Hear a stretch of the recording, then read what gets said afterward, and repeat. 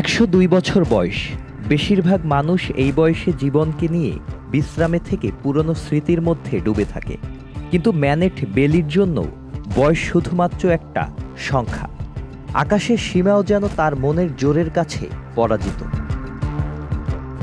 বলছি নিজের 102তম জন্মদিনে 7000 ফুট উচ্চতা দিয়ে স্কাই ডাইভিং করে রেকর্ড করা বৃদ্ধা ম্যানেট বেইলির কথা। দ্বিতীয় বিশ্বযুদ্ধের সময় ম্যানেট বেইলি ছিলেন নারী রয়্যাল নেভাল সার্ভিসের সদস্য। তখন থেকেই ঝুঁকি নিতে পছন্দ করতেন তিনি। 100 বছর বয়সে তিনি ব্রিটিশ গ্র্যান্ড প্রিক্সে 130 মাইল প্রতি ঘন্টায় ফেরারি গাড়ি চালিয়ে তাক লাগিয়ে দেন।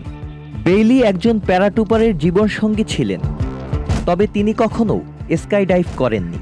কিন্তু 85 বছর বয়সী একজন পুরুষ প্রথমবারের মতো সফলভাবে স্কাই ডাইভ করার পর বেইলিও সিদ্ধান্ত নেন, যদি তিনি পারেন তবে আমিও পারব। 26শে অগস্ট রবিবার বেইলি আকাশ থেকে ঝাঁপ দেন। সেই মুহূর্তে তিনি নিজেকে বলেন, নতুন কিছু করার চেষ্টা সবসময় করতে হবে। এই ঝাঁপের মাধ্যমে বেইলি সংগ্রহ করেন $13,000, যা তিনি দান করেছেন 3টি স্থানীয় চ্যারিটি ক্লাবে।